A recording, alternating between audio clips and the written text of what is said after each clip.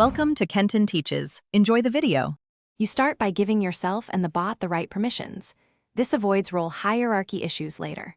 Once done, pick or create the role users will receive and a dedicated channel to host the message.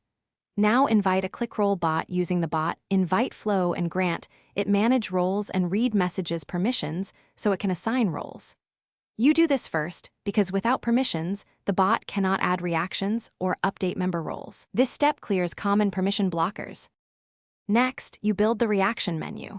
Compose a short message listing each role and its emoji so users know what they pick. Then run the bot's specific command to bind emojis to role ID. Many bots require role mentions or exact role ID. Copy them from server settings if needed.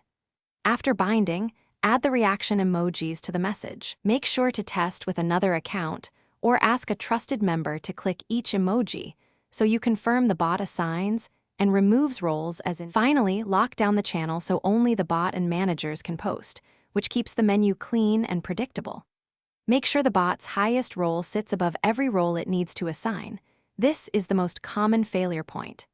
If reactions don't assign roles, first recheck the bot's manage roles and read message history permissions, then verify you used exact role ID or correct command flags.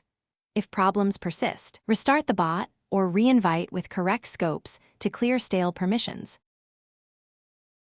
Thanks for watching. Please subscribe if this video was helpful.